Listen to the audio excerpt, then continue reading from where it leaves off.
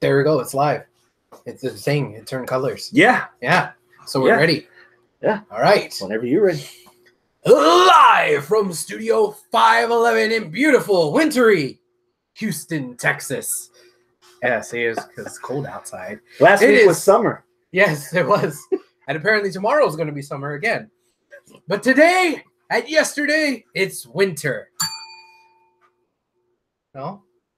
Yesterday, today, tomorrow, forever. Oh. It's Rusev Day! Rusev Day! Yeah! Happy Rusev Day! Machka! Machka! This is the 268th edition That of was the intro. Houston Wrestling Radio.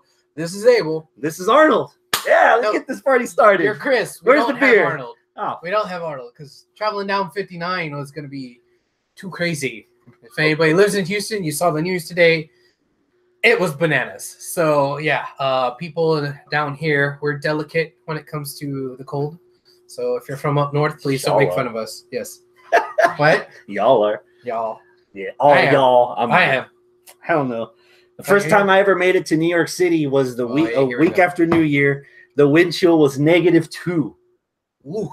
And I was unprepared. I had a hoodie and a jacket, and the hoodie was up like this, and it was catching all the cold air. And I humble brag over here when I went to New York the first time. Yeah. Then when I was in Dubai, you city folk. Yeah. You didn't get talking Houston. Cairo is dry. Yeah. I drove to Beijing one night in 7 hours. It was 6.5. Get my lies right. Oh, man. If you are watching us live, thank you so much. We very much appreciate all our live viewers here. 8 p.m. Central Wednesday nights. That's when we try to go live. We already have a Dragon. Ryan, you know, he goes by Dragon in the thing. But Ryan, I know that guy. He says, good evening, gents. Staying warm. I don't know. Yeah. Maybe I need to stay warm. No. You got to pay extra for that. Anyway, if you're joining us live, tune in or log into your Google or YouTube account so that you could chat along with us. I'll see you right here on the handy dandy old smartphone, and you could, say hi or ask us questions or talk shit or just fact check us, whatever. I'll try to see it right here, and I'll try to involve you the best I can in the show. If you're not watching us live, that's okay. You could still interact with us on Facebook, facebook.com/Houston Wrestling Radio, or on Twitter @H Wrestling Radio, or just drop a comment right here in the comment section of the old YouTube. And don't forget to subscribe and turn on notifications. That way you are reminded when we show up live. Mm-hmm. There. That's all the cheap plugs for ourselves out there. Yeah. Yeah, for now. For now. Bang, bang. Did you notice anything different about NXT last week? Was I supposed to? I don't think I did. Oh, is it in a different place? Yep. Yeah, it was, yeah. Old school Saturday night, old school WCW Saturday night. Yeah, that's what Morrow said at the top of the show. Yeah. Yeah, we had to look that up. It was like, well, which show was it? Was the show with the WCW on the turntable? With the ring was on the turntable? No, that wasn't it. It was one of the other shows. That was at Disney. Yeah, at Disney. Yeah. Not at Universal Studios. Because I said, oh no, that was at Universal Studios. I was incorrect. Disney. Yeah. Yes. The highlight for me was Shayna Baszler. I know what a Shayna Baszler is now. Do you? A little more than I did before. Okay, that's fair. Yeah, they showed the vignette where she's at the performance center. Yeah, and she's like, here, let me show you how to choke a bitch. And she slides it in real nice. All right, that's snug. And then, God, she starts twerking it God, twerking it. Yeah. It was good. I liked it. Everybody was freaked out, but they couldn't do shit because she can literally kill you if you wanted to. Right. And Dakota Kai. Oh, Poor Dakota. Poor Dakota. That's probably why Arnold really didn't make it, because he'd be sobbing for the next 30 minutes about Dakota Kai. Yeah. He's in mourning. Yeah. Dakota Kai is his girl. Yeah. One of them. One of them. Let's see. Dakota Kai. You. Bailey. Wait, me? The work wife. I guess so. Mm-hmm. What'd you think of the whole encounter with Dakota and Shayna?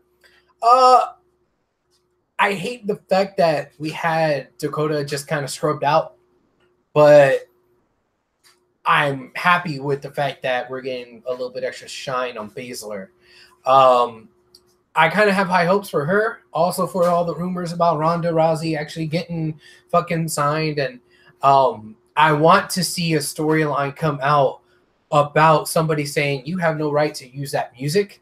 Because she has the galloping horses at the beginning of her music. And I was like, hold on, wait a second. You're one of the 4 horsewomen of MMA, but we already have a 4 horsewomen in WWE, and one of them ain't MMA. Yeah, one of them is descended of one of the actual 4 horsemen.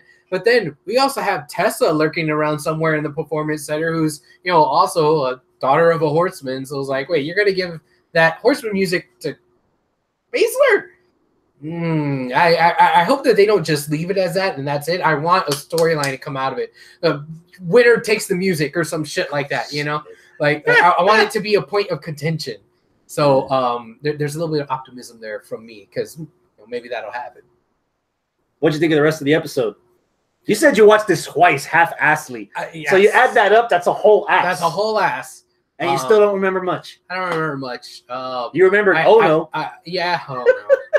I remember the Undisputed Era jumping Sanity right before a title defense, and then Undisputed Era kind of promo in the middle of the ring, like, "Hey, haha, we outsmarted the system, we shocked the system." But no, that was. How many holes does Randy have? What? Oh, she's giving you a look. But that's none of your business, huh? Anyway, yeah, it's just silly heel bullshit. So yeah, I don't know. What do you think about it? It was a decent episode. I mean, other than the Cassius Ohno stuff, I watched mostly all of it. It's nice that it's in someplace different and change the scenery. Oh, Nikki was fucking adorable at the end when she was like trying to trying to stand up for the rest of Sanity. And I was like, reach. Nikki, no, Nikki, no, 3-on-1, no. She probably liked it that way. I mean, you see who she hangs around with. Is that a transition? Are we moving on? Yes. Okay. Let's move on. She must like Braun's fists. She wants to catch those hands.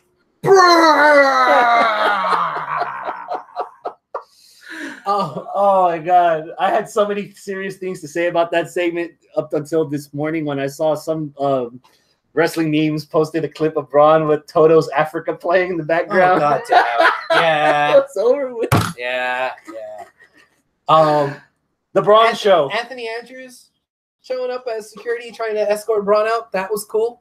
Dirty Andy Dalton also. Yeah, I think I also saw Kenneth Johnson, Wheezy Woo, in there, but I wasn't sure if that was him. I could just be being racist.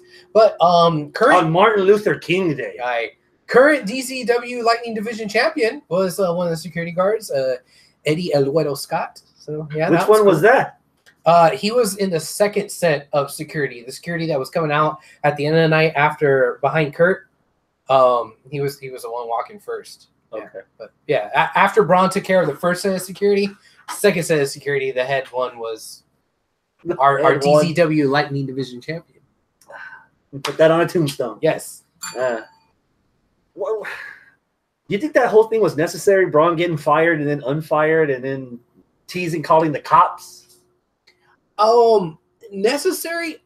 I don't know. I don't necessarily want to argue that right now. Is it necessary to drink my own urine? But just like drinking your own urine, I like the taste. It was fun. I fucking loved the episode. I loved Braun running around, running amok, killing fucking security guards, local indie wrestlers from here in Texas, just eating cake intimidatingly and just being pissed off going into the production truck and like, what does this button do? And then dude, they should have had like a dummy console set up. What does this button do? Rah, rah, rah, rah, rah, and have like the feet cut out for a half second. That would have been amazing. Yeah. But that didn't happen. But it was still fun, him harassing the fucking production people and going out flipping the truck, which we've seen it before, him flipping the ambulance. We've seen him survive being in a garbage thing. We've seen him pull down a scaffolding.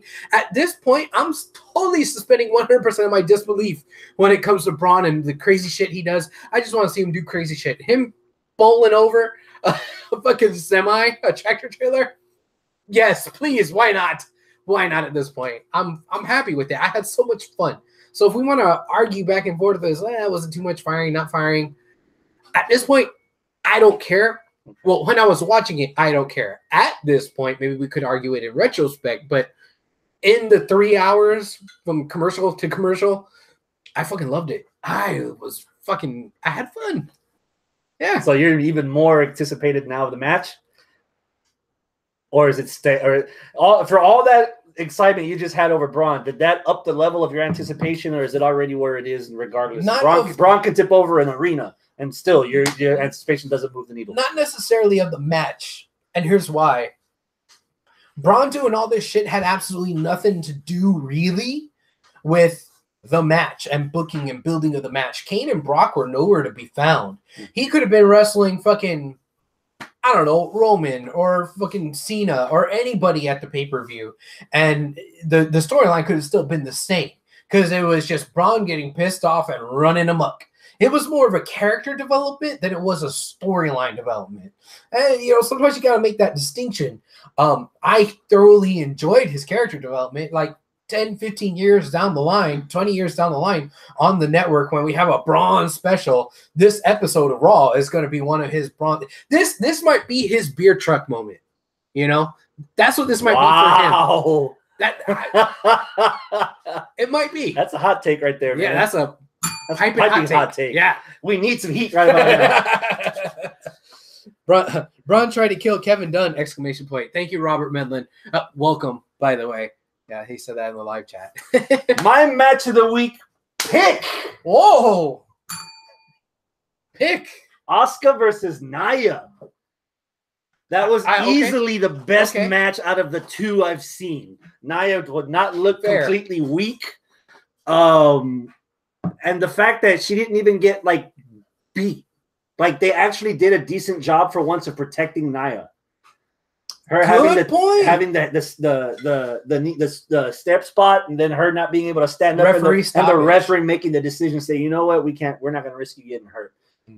It was the most threatening I've seen her, and then at the same time the most vulnerable. Yeah, and for somebody that has a 2.5-year winning streak, you got to start coming up with creative ways of having Asuka not lose, and this was a creative way to have her not lose. Mm-hmm. So I'm happy with that side of it. But yeah, I agree with you.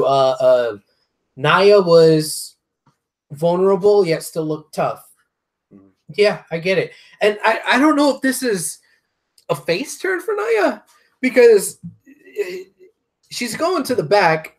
Alexa's like, hey, whatever, can I help you? But I'm not really helping you. I'm talking about me. Hey, I need you to listen to my problems. And she was yapping. And then comes over Enzo, who's a heel, and that's why I question, is this a face turn? Because Enzo, a heel, is like, hey, how you doing? Hey, how you doing? Because they're both hurt, Yeah. So it's like, all right, if Enzo was a full-blown face, then I'll be like, oh, heel or face turn for Naya, 100%. But no, the person that's kind of turning her, humanizing her, creating a love interest is another heel, somebody we're not supposed to like. So we're not supposed to like this relationship, but I fucking do. I love it so much. Holy shit. I want them to make little fucking poofy haired babies like that. That's what I want. The little Enzos running around. Yeah, they're gonna be not like most kids. I swear. That's what I want. I want that now. I'm shipping them so hard. Yeah, I'm digging it. God, where's Arnold? Oh, you need Arnold to back you up? No, just someone else to look at. Look at the camera. Look at the camera. There's plenty of people who think I'm an idiot. I know Ryan thinks I'm an idiot. No, he knows you're an idiot. Oh, Porsche says that I'm an idiot. You can just turn back and look at her. Yeah. Nah, hurts the neck. Hurts the neck. It's weird. I don't know where they're going with it, just because of everything you just laid out. But it's even without that, there's enough there to get me to next week. and to next week and the next week. I'm still hoping. I'm still hoping freaking Gabagulak takes her from him. I want that, man. You want the relationship? I want the Jerry Springer moment. Like ring the bell and just start throwing hands. Then that's a full-on face turn for Enzo and Naya. Would that be at that point? Even then, Gulak's a heel. But shit, I don't know. It's kind of confusing, and I'm okay with being confused because that doesn't happen very often when it comes to WWE. Robert says, "Want that video of what he does with her on the cruiserweight belt?" No, bad Robert. No, I do not want that video. Maybe. Oh God. No, here's something that's confusing. Only if they consent to having the video be. Unfortunately, I'm not like most fans. I have a memory. You know, I remember Charlotte and Sasha main eventing pay-per-views, being in Hell in a Cell matches, revolutionizing the women's division, brother. And Sasha loses to a kick. Yeah. In 4 minutes? In the middle of...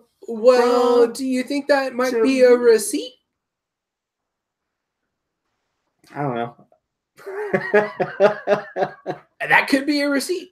That's the way I read it. You know, reading between the lines. Of course, not kayfabe, just looking beyond kayfabe. I mean, that kick that she gave, that mule kick that she gave to Paige was pretty damn stiff, and in the end, it cost her her fucking career. Yeah. So I would have imagined that she's got a little bit of heat. She might be a little bit in the doghouse. A little? Yeah.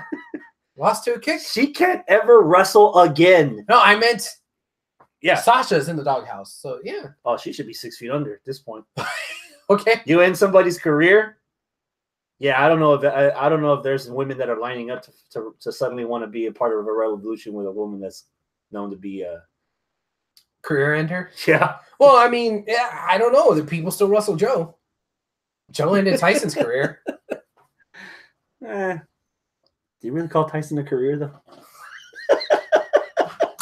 Perspective. Shade. Perspective. God damn. All right, D'Lo. D'Lo ended Darren Drozdov's career. He's gonna puke. Yeah. Again, you call that a career? Yeah. But that ended D'Lo's career. I mean, he wasn't booked very well after that ever. He did all right at Ring of Honor. God, that's Ring of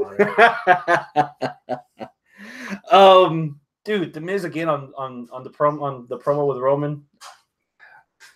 It's like I'm forgetting that we have a Rumble because there's this matchup for the 25th anniversary. I'm actually looking forward to, and that's not something I would normally say about a Roman Reigns match. Really? You kind of like went. The many faces of Abel. Yeah, like, explain yourself. You just kind of hit me with a bit of confusion. You want to see a Roman Reigns match? Okay. I'm hoping you've been the biggest anti-Roman guy, dude. But The Miz, man. Okay, so it's really more for The Miz. It's really more for The Miz. Yeah, especially I'm hoping that because it's not going to happen. But I still believe in deities. I'm hoping Roman loses the title and never comes back to the company again. But you know, you get okay. Well, you get put on a steroid list and you get put to main event status. All right, so we're going there. All right, let's go there. News with the Z says that a doctor sitting in prison starts singing like a jailbird because he is a jailbird in jail. And name. He named name. And one of those names that he named was Roman Reigns. Now this is according to News with the Z, so we don't know yet, but that's the implication that Roman was his client, and this is a guy who's been selling steroids. Right as we're saying all this, apparently some more News with the Z's come out, and Porsche brought it up in the chat, and she says that Roman Reigns has responded in regards to this, and he says, I have never heard of Richard Rodriguez or the wellness, fitness, nutrition. I learned from my mistakes I made early 2 years ago, and I paid the penalty from it. Since then, I've passed 11 tests as part of the WWE Independent Drug Testing Program. So he's just straight up 100% denying it. Okay, and if he hasn't gotten dinged for a piss test, yeah, maybe he's been okay. And maybe he's got some good shit. Yeah, maybe. I don't know. Oh. Does that really matter? We've had this issue before. You know what? The WWE already had their idea of what they wanted to do, and come hell or high water, they're going to do it. With Roman, yeah, because that's what happened the first time. Roman got dinged for a wellness policy suspension, and we thought, okay, he's going to be out of the main event. No, they just kept him off of TV, kept putting him in video packages, saying, hey, at the end of the month, he's still going to wrestle for the title, and that's exactly what they did. And I was very pissed off about that. It's like, you get suspended for doing something stupid. You and all your likeness should be off of TV, and your storyline should end. It shouldn't be, well, he's only suspended for a month, so for a month, we're going to just do video packages, and then right when he comes back, boom, he's going to be in a championship match as though he was never gone. Yeah, I thought that was bullshit. Yeah. This time around, if this all pans out to be true, maybe he did, get back on the steroid bandwagon, steroid train. Man, this is his second offense. He's got to miss time. He's got 90 days. He's got to miss time. He's got to be suspended during that time of suspension. We're not hyping him up, trying to sell his fucking t-shirts, putting him in video packages. Hey, don't forget about this guy. Hey, Battleground in September. He's going to be there. Yeah, he's going to fight whoever he was supposed to fight at Mania. And you know what? This is going to be our new WrestleMania. Fuck WrestleMania, Battleground. Ooh, Battleground. No, please do not do that. This is not the main event you were looking for. Yes. If you subscribe to the network, you don't get WrestleMania for free. You still gotta buy that shit. But Battleground, when Roman comes back, oh, that's free, brother. We're making it 4 hours long. Yeah, I know, right? What do you think about Goldberg getting put in the Hall of Fame? Well, hold on. I didn't want to run away from that too quick. Ryan does. You run? Yeah. Ryan says, I think the doctor is smoking his own product, so to speak. It is also known that he is also named Mark Wahlberg. Oh, okay. Oh, he has named Mark Wahlberg. Mm-hmm. All right.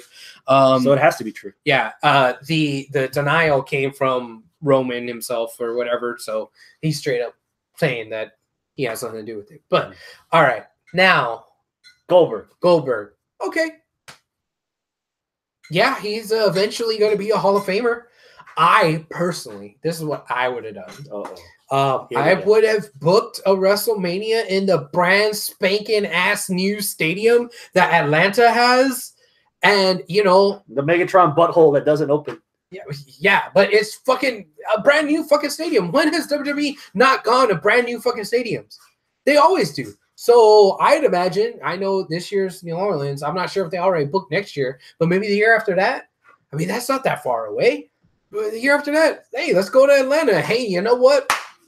Goldberg, Hall of Fame in fucking Atlanta. That would make more sense to me. But having him this year, it's like, okay, that's cool.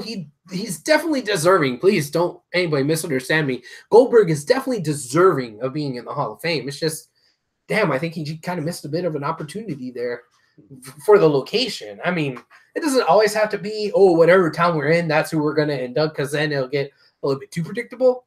But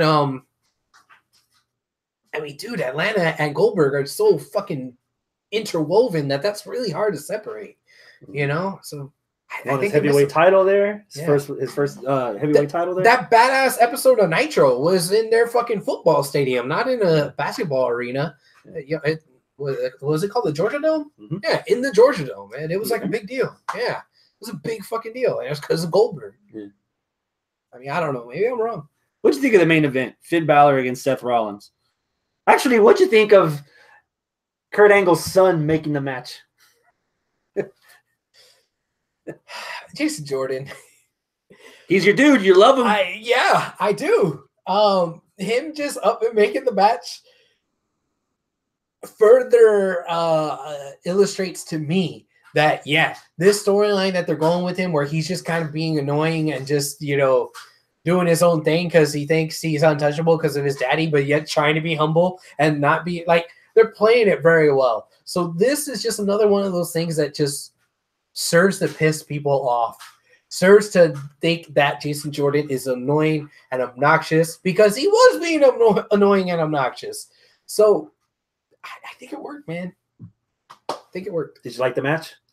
Yeah, it was all right. We had Titus Worldwide get the upset over Sheamus and Cesaro again because Jason Jordan showed up out of nowhere. Mm-hmm. And that came back around. Sheamus and Cesaro came out while Seth Rollins was in the ring with Finn. Yeah. I want to backtrack just a little.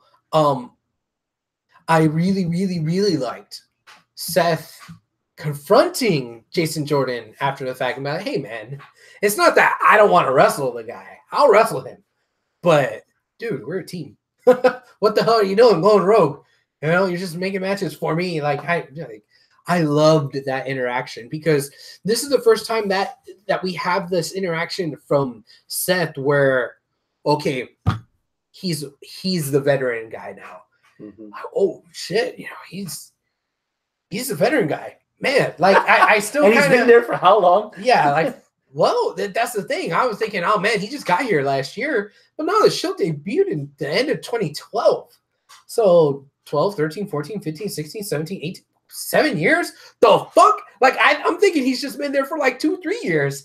Man, time flies. So that kind of just makes me realize, okay, Seth is no longer the future. Seth is the present. And that's cool. That's cool. I'm not saying that in a derogatory way.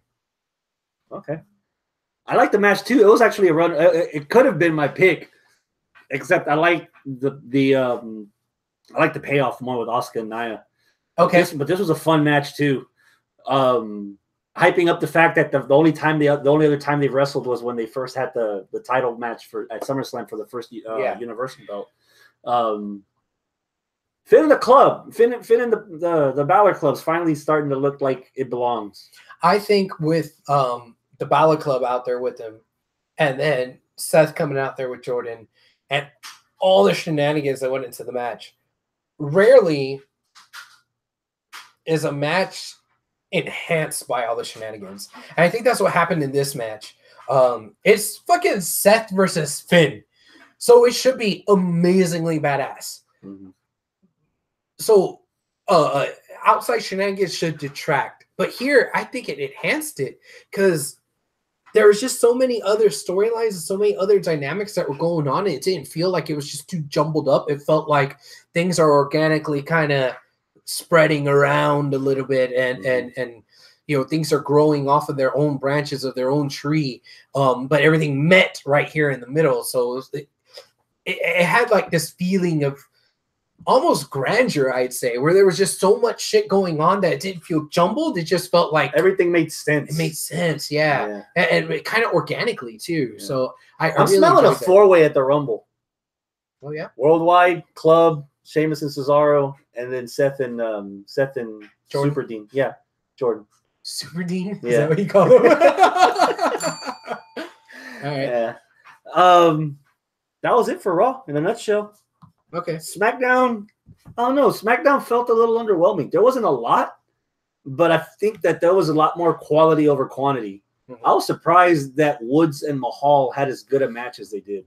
I really liked the match. I wouldn't say that I'm surprised, but I enjoyed it a lot. Mm-hmm. I mean, I guess I'm not surprised by the guys. I'm surprised by the booking, them allowing them to have such a badass match. You know, and all the supporting characters played in very well too. Yeah, it did. I might want to say that this is my match of the week. Yeah, maybe over the finals. Well, you know how I feel about Bobby Roode. But I don't know, man. Like I'm not. I didn't come to the table here and to sit down before we started recording, knowing what my match of the week is. Like that wasn't at the forefront of my mind. Like the match that you picked, Asuka and Naya, that's a really good candidate. Seth versus Finn, that's a really good candidate. But this match too, that's a really good candidate as well. I'm not sure which to pick out of the three. I'm kind of leaning towards this, but man, you made a good fucking argument for the ladies match on Raw. So I don't know. But all that to say, I really enjoyed Jinder versus Woods. It was a really good matchup.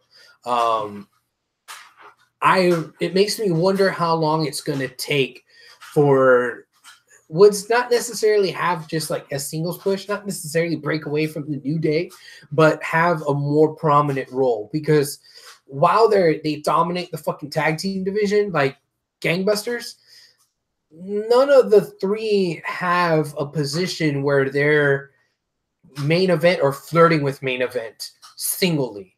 Not you know what yet. that means? What does that mean? We need to dust one off. We need to dust off a classic.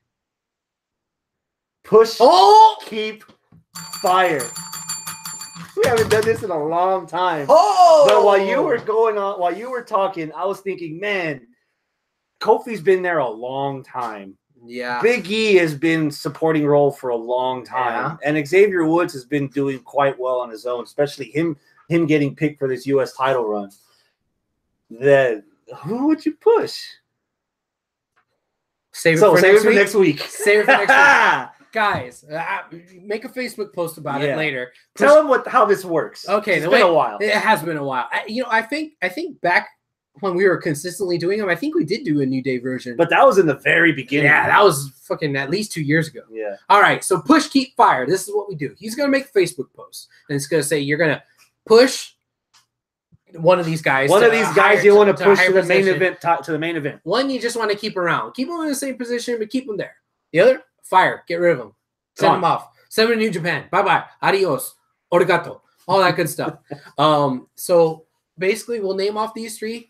Big E, Kofi Kingston, Xavier Woods. Who out of those three would you push, would you keep, or would you fire? And why? And why? So, yes. And we'll go over it next week. Yeah. I will tell Arnold. Hopefully, if he's watching right now, he'll be shocked. Be like, oh, my God. I don't think never played the game.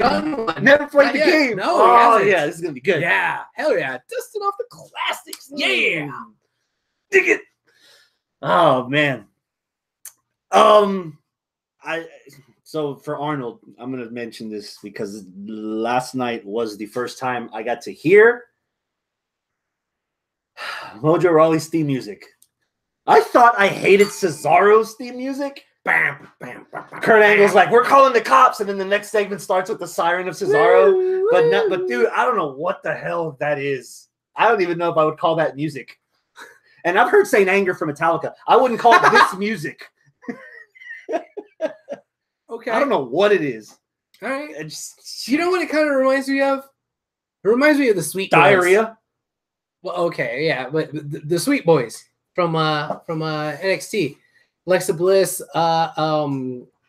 Blake and Murphy. Remember them? Oh, Womp Womp. Yeah. That's what it reminds me of. But worse. Yeah. And I think that's okay. Because he's a heel. You're not supposed to like him. He's supposed to be a douchebag. He's supposed to listen to stupid trap music. And that's kind of what this is. I don't know if this is trap music. Maybe this is more EDM. I don't know. Either way, it's bad. But it's like bad what the kids listen to, and he thinks he's one of the kids, even though he's like...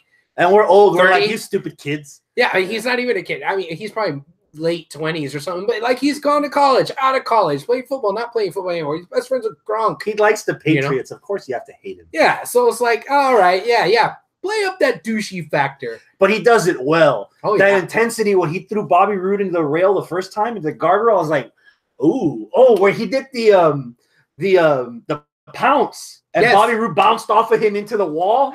You see the first time he tried to do the pounce and the ref got in the way and he got in the ref's face like, you need to get out of the way. Yes. Dude, I'm going to give him the benefit of the doubt. I'm digging me some Mojo. Have you seen the latest promo? I guess it was before Tuesday. It was probably like Sunday or Monday or something. That Mojo did just Shaky cam video? Yes. He's bringing this intensity. That's not like this happy hype guy who's want to party with everyone in the crowd kind of guy. He's like, hype, but like for himself. And I like it. I dig it, man. He's bringing this like different intensity that is intense, but you also don't like him, which is exactly what he's supposed to be as a heel and as a character. Mm-hmm. So yeah, I'm being awfully optimistic today. I don't know why. Maybe it's because Arnold's not here. I don't know. Dang. Sorry, Arnold, baby. I love you. You called him a fat ass before we started recording. I did call him a fat ass. Yeah. What did I say? It's like, oh, man, we have so much more room here without Arnold's fat ass. You. I don't give a rat's ass about elbow room. I'm usually here by myself. Uh-huh. Playing fucking footsies underneath the table with us. He doesn't complain. He doesn't. How about the... Okay, so regardless of your opinion of Bobby Roode, the wrestler, the human being, what did you think of the main event? Because we were supposed to get 2 out of 3 falls. This main event was supposed to be at the Royal Rumble. Right. But another wild Samoan got pulled over drunk And so apparently they just put the kibosh on the Tuesday plan, and they're going to move forward with the Rumble. So wait, okay, I got a little confused there. What plan got nixed in favor for what? The main event of SmackDown was supposed to be 2 out of 3 falls. Usos versus the U.S. tournament was supposed to end at the Rumble. Right. The graphics even that yesterday were still showing that it was going to be at the Rumble. But since Us got arrested, they flipped it. I didn't know that's why they flipped it. But Us was able to make it out of jail because he posted the bond promo. And he was fine. But he did the backstage promo. It's like, okay, well, we already changed up all the plans, but Yeah. Okay. So that 2 out of 3 falls instead of being on SmackDown is going to be at the Rumble. All right. I'm okay with What do you think of the main event? Main event, man, I'm going to sound like a hater. When don't you? Well, okay, you know what? Fine. I've been very optimistic all episode long. Give it to me. Here's my chance to not to be optimistic. The wrong guy won the fucking match. I was sitting here not here, but over there on the chair. Randy was sitting on the couch. Porsche was sitting on the other couch over there. We were watching the show, and Randy straight up said, "I hope that how did you word it? I really hope Bobby Roode doesn't win." Because he's boring. Was that your exact words? Yeah. I hope Bobby Roode doesn't win because he's boring. Yep. And and I agree, man. He's like Triple H and Ric Flair had a boring baby. And but he's sober. Still he doesn't have long hair. It's still he could be a kid and not be, but whatever. I don't know, man. I completely agree. What? I find Robert Roode Jinder with the US belt. Oh. Dude, that writes itself. Yeah. Yeah. Give him another shot at being the heel foreigner Shit, he should have had the US belt first. Without just fucking it up the way you fucked up the world title. And there's going to be less butthurt about it because it's the US title. It's not the world title. People were all upset for 2 reasons with Jinder. For one, oh, man, he's just jobber that came out of nowhere and won the United States title. That was one issue. The heavyweight title. Yeah, the heavyweight title. That was one issue. The separate issue with this title run was, oh man, the xenophobia shit, it's not working right. He's whatever. Well, okay. If you had started off with the US title, hey, at least it's a jobber to US. All right. You can't get too upset about that.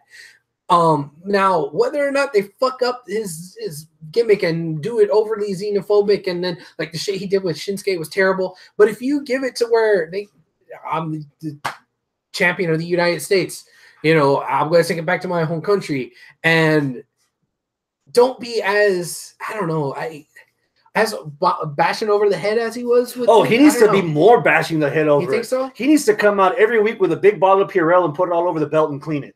Like, just because America's dirty doesn't mean I'm going to be dirty.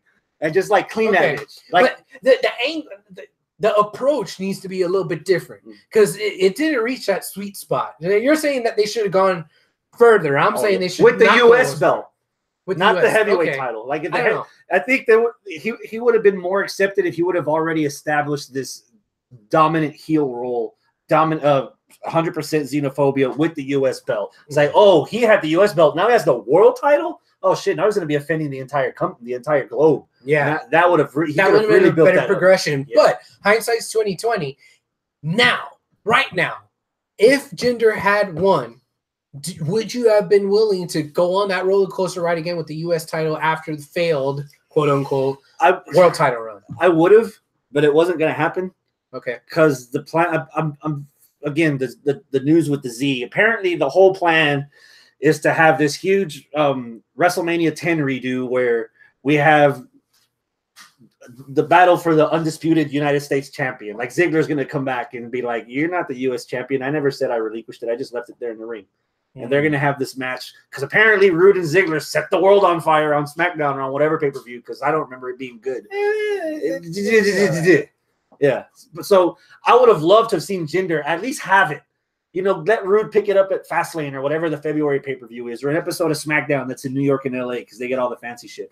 But at least give it to Jinder to at least see if there's still something there. That way, the night after WrestleMania, he takes it back or whatever, and we go full I hate Americans and all that. Well, woulda, coulda, shoulda. That's not what we're dealing with right now. Bobby Roode is a United States champion. The Bobby Roode thing. I'm not a big hater. compared to you. Okay. However, they never really established for people that, again, aren't like most wrestling fans that have a memory. They still never established why a heel Bobby Roode in NXT suddenly became the over babyface on SmackDown. Okay. They never made that clear to me. And even now, the U.S. title, like I still don't know. Even through NXT, it's never really been defined what a Bobby Roode is. Yeah, you if you didn't watch TNA, which there's some people who did. If A lot of people didn't. Well, no, to be fair, in his heyday when beer money was a thing and Team Canada and all that stuff, a lot of people watched. But there were some people that didn't, okay? For the people that didn't watch TNA, that weren't familiar with his work then, okay, fine. Just forget about that. When they brought him to NXT to try to reintroduce him, they didn't address any of that, like his past accomplishments or anything. They needed to redefine him. That's when they needed to answer, what is a Bobby Roode? I say they failed at that. All he was that got him over was the glorious, and it wasn't even him. I was about to say, not the glorious song, because the song is stupid. It was the glorious bombs that got him over. Gargano and Ciampa doing it because the song is stupid. That's why they were doing it. They were trolling him with his own music because the song was stupid. So that's what got him over. But that still didn't define what a Bobby Roode is. So, all right, you're ignoring TNA. Okay, fine. Where he was multiple-time world champ on top, fucking main event scene, everything, all the stuff with Fortune, all the stuff with beer money, the heel turns, the face turns, blah, blah, blah. You forget all that. Okay. Heavyweight title runs, yeah. Then, all right, if you want to forget all that, fine. In NXT, other than the fucking, glorious stuff, all right, let's forget about that. Boom, he shows up on WWE. We have no idea what the hell a Bobby Roode is other than he's glorious. Why the fuck is he glorious? Why is he wearing a Ric Flair robe? That doesn't make any sense. Yes, us that watched TNA knew that he was in the faction with Ric Flair. Ric Flair gave him a seal of approval and all this and that. Okay, cool. That makes sense. But in WWE, have you seen him hanging out at all with Rick? With Charlotte? Hell no. Well, he's hanging out with Charlotte because of the mixed match stuff. But even then, there's people not watching the mixed match stuff. And even then, that's kind of campy and not necessarily supposed to be canon. But, all right, why is he wearing this robe? Okay, we don't get it. So you're getting him over on something that you are implying is there, but you're not addressing it's there. You're not reintroducing it. So you're building a house without a foundation. Yeah, what is a Bobby Roode? He's a nothing. He's nothing. He's just another, I would say, pretty boy. He wasn't even a pretty boy. I guess he's just a guy with a rich guy gimmick. But even then, WWE has never addressed that, saying he's a rich guy. He's literally a guy living off of his independent credibility, which WWE can't even acknowledge exists. Which is left up to the people to figure that out, or to YouTube it, or to Google it, or to TNA it, or whatever. Yeah, man, I'm sorry, I just don't think it's working. Speaking of the devil, you mentioned it a few moments ago. All right, speaking of the devil, I'm sorry. Mixed match challenge. Yes. Did you watch this? Yes. Okay. I begrudgingly watched it. We turned on the Xbox, went to the browser on the Xbox, logged into Facebook, and there's a Facebook app, right, on the Xbox. There is? Okay, I didn't know that. We didn't have time to fuck around with it. So we're like, you've had it for how long? I've never logged into Facebook on the Xbox. Okay, that's what I have a phone and a laptop for. But anyway, tablets. Yeah, and tablets. Yeah, there's 3 tablets in this house. Come on. So they expect 80 million viewers for this because everybody's got 18 tablets. Right.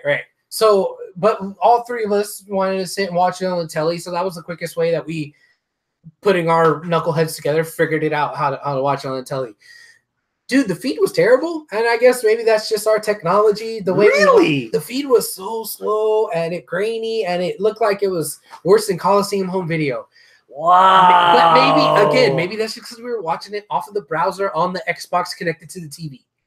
Maybe. I had immaculate reception. Did you? It was flawless. Well, except the part where Natty was on the screen, but the rest of it was I didn't have any issues whatsoever. Okay. For some reason, Natty and her cat stuff just made my screen fuzzy.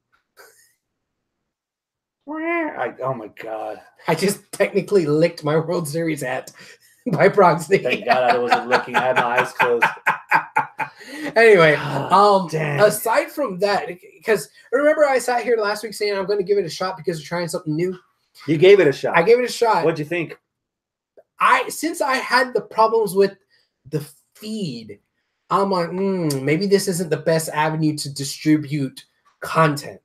Okay, Try it next week on the tablet. Okay, as far as the content itself goes, I was happy with it. It is what I expected. It was two good matchups happening at one time in one match. Because, you know, the way WWE does mix intergender matches, you know, the guy tags in, then the two girls got to leave. Then the girl tags in, the two guys got to leave, et cetera, et cetera. So that's fine. I eventually want to see them get a little creative, and they did do something that I've never seen before in a mixed match where Sasha came in there and laid her hands on somebody because she broke up the pin. She jumped on somebody, whatever. Corey went crazy. It's like, yeah, she should be disqualified. And Nakamura actually sold it. Yeah, he did. So that gives me a little bit glimmer of hope as far as the content itself goes, that they're going to do creative stuff with the intergender play here. I'm waiting this out. It's 2018. You've known me for over a decade. What's my motto? Equal rights, equal fights. Oh, okay. I want to see a guy do that to a girl. Okay. Because watching it, I got exactly what I expected and exactly what I wasn't expecting at the same time. Most of that match was exactly what I said. Guys against guys, girls against girls. When Natty hit the rope to prevent Finn from hitting the coup de grace on Nakamura, I was like, I was not expecting that. Yeah. And then when Sasha broke up the pin on Nakamura, I was like, I really wasn't expecting that. Yeah. And then when Nakamura caught Sasha, it was like, what do I do with this? It's like, it's a girl. What do I do with it? Am I getting disqualified right now? Yeah. Yeah. Here, let me put you down gently. In my country, you're brittle. I was pleasant. Surprised, especially because the main reason I watched this, they hooked me. Nakamura versus Balor. That's all you need. That's all I wanted. They started the match with the women. I was like, okay, I can see how this is gonna work. And then Nakamura, Natty chicken shit, like 2 minutes in, tags in Nakamura and starts running away. I was like, all right, here we go, give it to me. Yeah. And they protected them. The finish was with the girls. Yeah. They know that there's something there with Finn and Nakamura. That was only their second time ever wrestling. Yep. And they're saving that. And I hope they save it for something meaningful. Again, all due respect, is mixed match challenge, men versus women for charity. I don't mind that at all. But you just said it. It's not canon. This is an alternate universe. As far as we know, it's not canon. This is an alternate universe. So there's no Braun talking in English and next to Alexa Bliss. This is not canon. This is not the wrestling show you're looking for. Neither was 205. But still, so in the moment for day one, there was enough to get me to day two. Mm-hmm. So, dude, oh my God. The thing that got me hooked on this was the chemistry with some of these people. Dude, Carmella popping out of the dryer and they were doing take the L. Her training with all the pancakes and shit. I was like, that's her idea of a facial. Just with all the pancakes slapping her off the cheek. Yeah. I love the fucking cat stuff with Natty and I hated that stuff. It's so fucking I'm not a cat dude. I'm sorry. I know, but it's cool seeing him. Poor Tyson. He has to live with that shit. It was all cool that pussy. Shinsuke. That's what Travis feels like. Now I get it. It was cool seeing Shinsuke put a little bit more personality out there than what you normally see out of him. And this is coming from the rock star, you know, like we know what he does. We know he does the falling on the thing and all that. And that's all awesome. But you never hear anything audibly out of him where he acts kind of goofy and out of himself. Him coming out with Jim Neville Neidhart's jacket, doing the. So your idea of audible is meow? Okay, yeah, all right, whatever. You got me there, but like it was more. Yeah.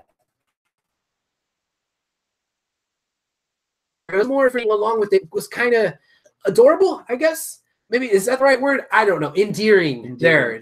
That's a better word for it. So, I mean, you're talking about the relationships. You know, we're gonna see stuff out of Uso and Naomi. That's Miz gonna be and Asuka.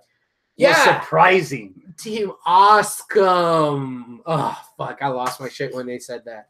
So there's going to be some stuff that you won't normally get to see, and interactions you won't normally get to see just happen from this. So that's got my interest. One other thing that I want to throw out there as far as this goes, there's some production stuff that I found interesting and different. Where we had was Renee and who was Renee? Byron standing out by the side, just talking about it while the match is going on over there, and that was different, and I like it. That's old school '90s Vince McMahon, Jesse Ventura.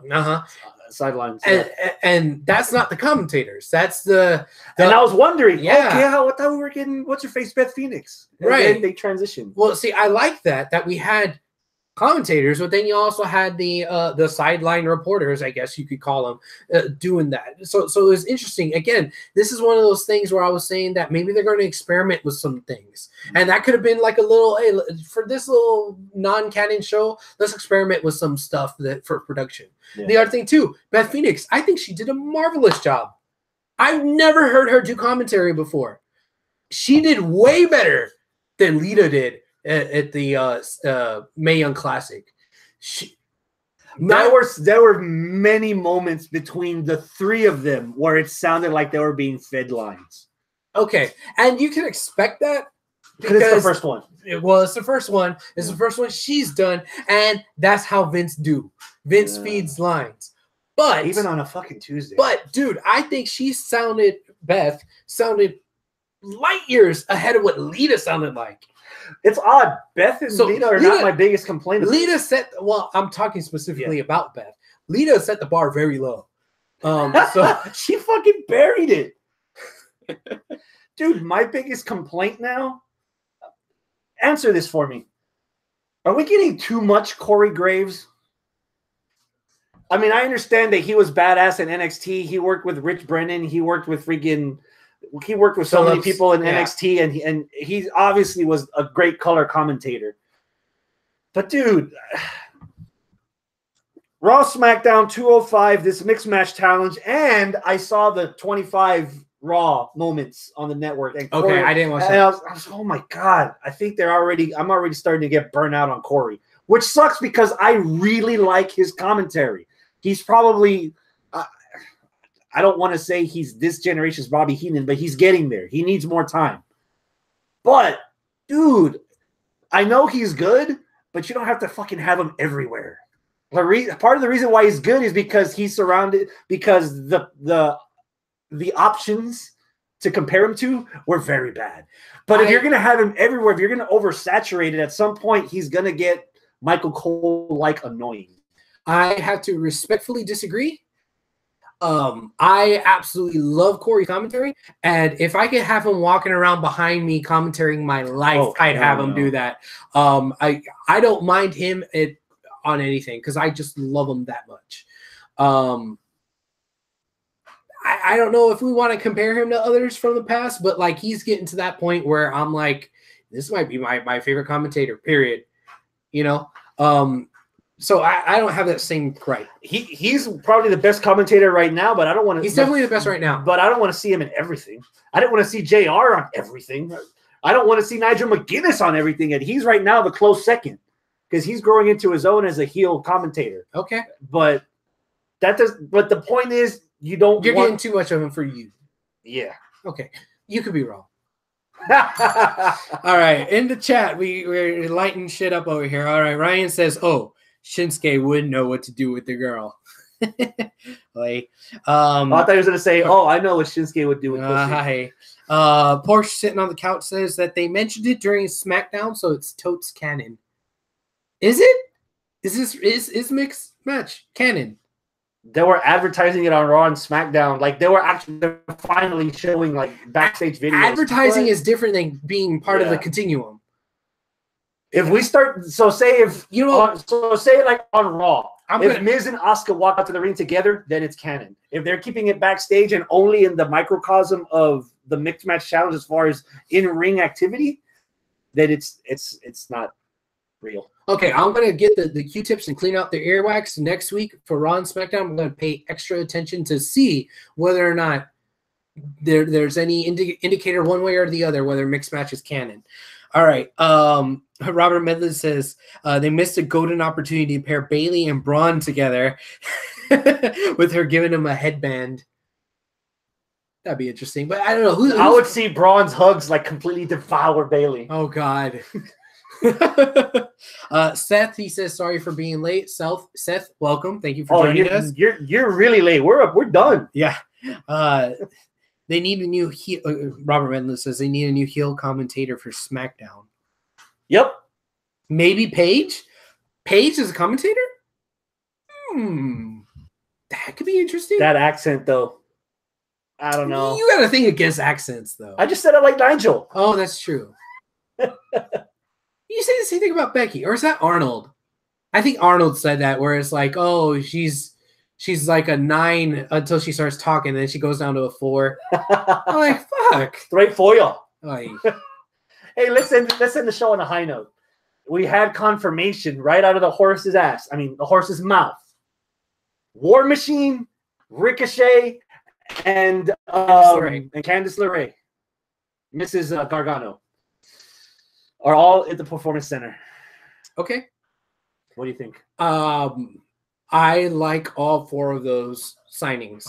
I've been waiting for more specifically Raymond Rowe to get prominently shown. You know, his time in ROH as War Machine has made me endeared to Hanson a little bit, although I'm not as familiar with him as I am Ray.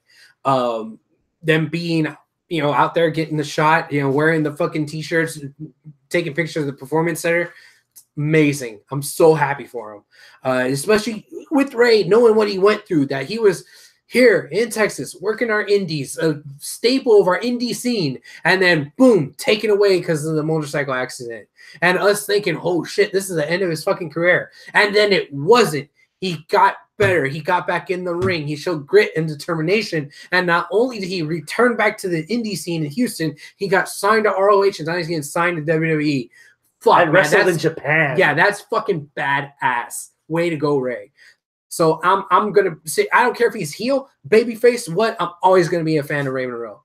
Candice LeRae, good for her. I'm not as familiar with her. I know, you know, okay, she's with Gargano, whatever. And she was in the World's Cutest Tag Team with Joey. Okay, cool. That's awesome. Actually, Hanson's fiance or wife was actually Sarah Logan. No, that's Ray's. That's Ray's. That's okay. Ray's fiance. Ray's Sarah Logan. Ricochet, Puma, whatever the hell you want to call him. Would you put a mask on him right out the gate? No, I wouldn't. Would you put him in 205? I put him in NXT just to see if we could use him not in 205. I don't know how much the dude weighs. 206. Yeah, hopefully. Because man, 205. Even though I want to be optimistic and I'm going to look at it unbiasedly. Oh man, the that's writing's on the wall that needs to get put out. Yeah, especially if they're gonna they're having Mixed Match run right up against 205. Like, what do you tune into? You know, your like main events of the 205 house shows are Matt Hardy versus Bray Wyatt.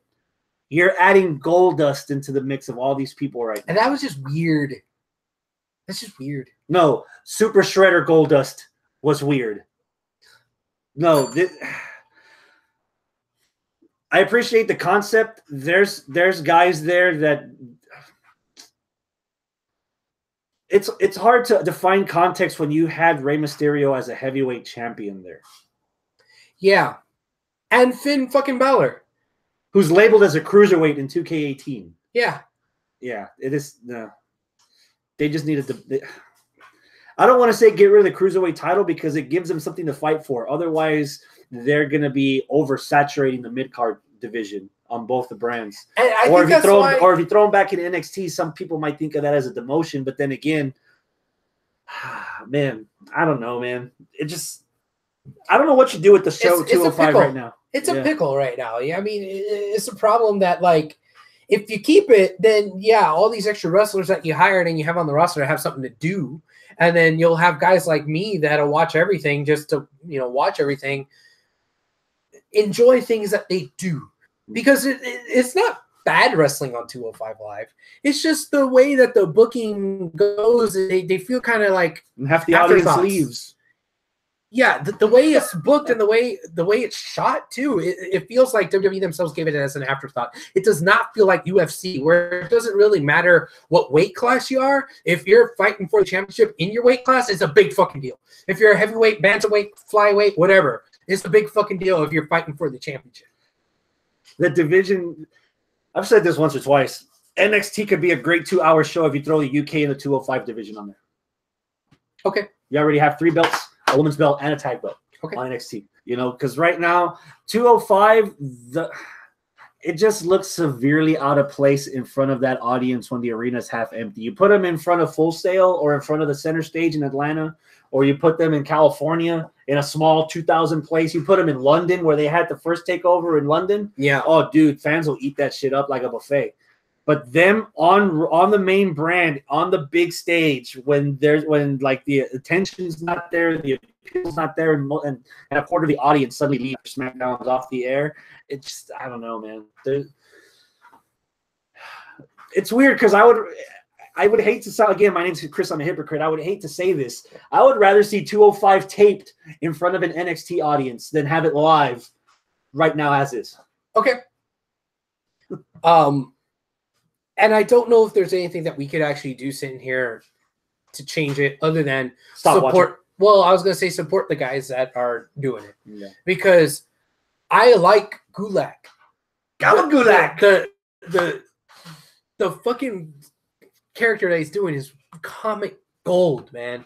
But it's being wasted. Dude, I saw him in the cruiserweight division. I had no idea he had that kind of charisma. Yeah, None. Yeah, but he does. So what he's doing is good. You know, the stuff with TJP, god damn, he's a good wrestler. He's so good. Put TJP versus Ricochet at the Rumble, there's not going to be one person sitting down. And if you throw Ricochet into the cruiserweights, fuck, man, we all know how good Ricochet is. Ricochet's amazing. So it's kind of again, former heavyweight champion Ricochet. Yeah, it's kind of like what's going on with TNA. TNA is not necessarily the wrestlers' faults. They have good wrestlers. They have good talent. They know how to put on a match. Yeah, but the fucking booking is just stupid. You know, the management is fucking stupid. So, well, speaking of... Well, maybe now it won't be as bad. Maybe. But speaking of stupid management, Robert Medlin says, what are the odds that they change Ricochet's name? They're obviously not keeping Ricochet. Well, they're not keeping Prince Puma. That's for goddamn sure. And that's the part that would interest me because I'm more familiar with Prince Puma than with Ricochet. So if they come out here and call him Rick James, I wouldn't really care because I'm not – there's no way they're – that's why I asked, would you rather see him in a mask? Because I've seen him in a mask. You can start a brand new character with him, you know, have a freaking Hispanic heritage character that can actually cut a fucking promo. Because Kalisto can't do it, and Sin Cara can't do it, and Gran Metalik can't do it, and Gran Metalik can't do it. I mean, there's potential there. You can do a lot of things with that guy. The one thing I wouldn't do is put him in 205. Ryan says, I think 205 is jumping the shark with bringing in Goldie. Probably. It's not 205. He's not 205 pounds. He's definitely more than 205 pounds. You could have. If you have started right, you could have done the same thing that you did with Matt Hardy a decade ago, where every week he comes out on a scale just to make sure that he makes the cruiserweight weight limit before he actually goes to wrestle. You could have had Goldust go through like fucking DDP yoga with Cedric or somebody that needs help and just have him cut down literally 204.5 and and actually introduce him into the 205 division. But he's just there without a fucking reason. He's like, I'm a Runnels. I like black people. Put me with Cedric. Like, what? Like, no. Yeah, he's just Ced's friend right now, which if he's his friend and just out there in his corner, like Boxy and Naya have done, where he's just out there in his corner and not a competitor, but then start running the angle that, well, you need backup. So you know what? I'm gonna cut some weight. And you're like, holy please, no, you don't have to. It's like, oh, you're getting jumped every day by the Zol train, so I gotta get in the ring with you, and I'm gonna do it. You have a promo like that. Have like 3 weeks of him chasing the chicken. Need some months. You know, chasing the chicken in the cold, in the snow. You know, and like hitting on meat, like hanging meat in a butcher, and then all of a sudden, hey, guess what? He's 204. Just like you said. Then that will be fucking great. It makes just sense. for him to turn heel on Cedric. Remember, Goldust was a heel with all these movie references with R-Truth, and all of a sudden he's buddy with Cedric. I'm expecting Goldust to turn heel on this. But build to that. Have him cut the weight. And you're going to have people to help establish the brand. At least make it plausible. Goldust being a friend, no, that doesn't work with me. Goldust eating protein bars and having like a super beat shake. Okay, now I'm understanding. Like, this is working. Have him go like on all these Hollywood fad diets because he's Hollywood. He's counting calories. Yeah. Like, he's writing it down 8.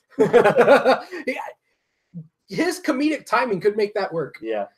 Randy, sitting on the couch over there, says, according to Wikipedia, Ricochet's build weight is 197. So God damn! He is under 205. Keep him in NXT and don't ever let him out. Yeah.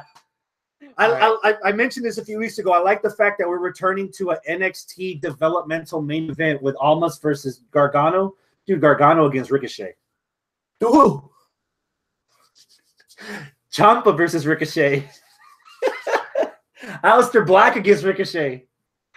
And on that, we're done. I want to ask a question here. Uh-oh. With Ricochet, or excuse me, well, yeah, okay, yeah. With Ricochet NXT, and assuming that they all go to NXT, because I don't think anyone are going to leapfrog, but assuming that they all go to NXT, is that kind of a mistake for WWE to be bringing in indie guys and then push the indie guys into NXT and clog up the NXT roster when you have a full fucking performance center filled to the brim with people that aren't indie guys that you've been grooming yourselves? Yeah, but if they can't cut it. But is it a matter of cutting it or not cutting it? I mean, just because you have renown. Just be honest, man. You want Brennan. Oh, fuck yeah, I want Brennan. Hell yeah. I mean, yeah. I mean, that's a prime example. That's a really good fucking example. Yeah, Brennan. Like, he's been wrestling. We love you, man. Yeah, we do. He was wrestling for. What the hell's taking you so long? Do you suck? Yeah, do you? Brennan, do you suck? I want to love you, man. The last time the Brennan got on the show in the first place because I was talking trash about the Texans. That's true. So if that's what it takes for Brennan to come back, do you suck? Do you? Yeah. How about that? Okay, what I was going to say, he wrestled for like a year with Booker here in Houston.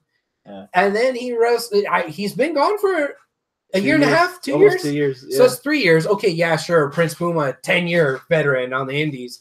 You know, but Ray's seasoned. He's got experience. He's got road experience. Before he came to Houston, he was wrestling in his hometown of Cleveland for a while. I don't know how many years. Cleveland. Yeah, I know. I don't know how many years, but that's where he trained with Shane Taylor. And then Houston wrestled for, I don't know, 2-3 years. Then on the road to He was out Japan. for a year. Yeah, he was out for a year. Out to Japan, out to ROH for about a year and a half. ROH meant you went to Japan. ROH meant you went to England. Okay, but I'm just counting years here. Yeah. How many years has Rain Rowe been at it? 5? Maybe? I don't know how much before he came down to Houston. About 6. Okay, so Brennan's 2 is still, premature. Mm. But I don't know. I mean, let's play devil's advocate. You know what? Maybe Brennan does suck. But he probably just sucks because he's been in it 2 years. I don't know. Brennan. Oh, man. Brennan, give us an update, man. He said you suck, dude. No, I didn't say you suck. I'm wondering if you suck. Differences. And on that, that's a show. That's it. We're done. That was everything? Man. That's everything. All right. I'm getting used to these hour-long episodes. Yeah, man. I know, right? I can go do some poetry right now. According to Wikipedia, thank you, Randy, sitting on the couch. According to Wikipedia, Ray Rowe has been active since 2003. Oi. Okay, 15 years. Shut my mouth. Yeah, 15 years. Holy fuck. Okay. Yeah. All right. Well, man, Brennan, you got another decade ahead of you before we see you on NXT. Fuck. All right. And Porsche says, I'm telling. She's gonna tell Brandon.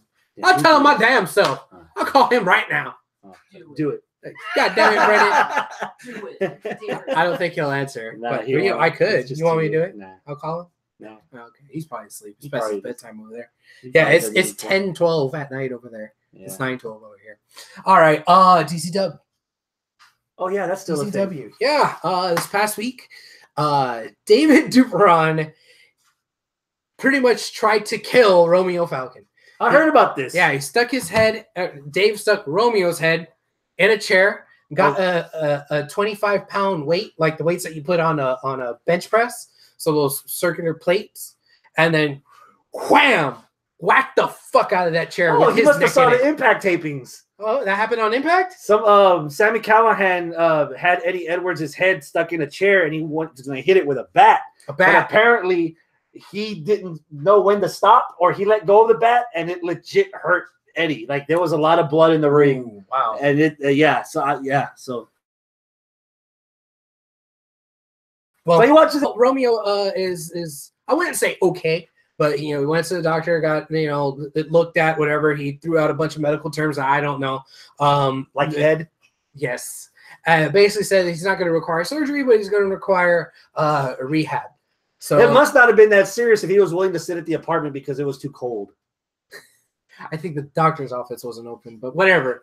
Yeah, so he's getting it looked at. He'll have to start doing rehab in a few weeks or whatever. So damn, yeah, that was a sick spot, man. There, I believe it is online when they talk about the suspension of Dupron. So I shared that on my Facebook page. You can check it out. The next show will be December the 27th, down at the Olympus Arena. Wait, when?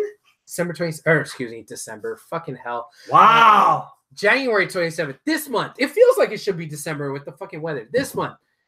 Two Saturdays from now. So please come check it out.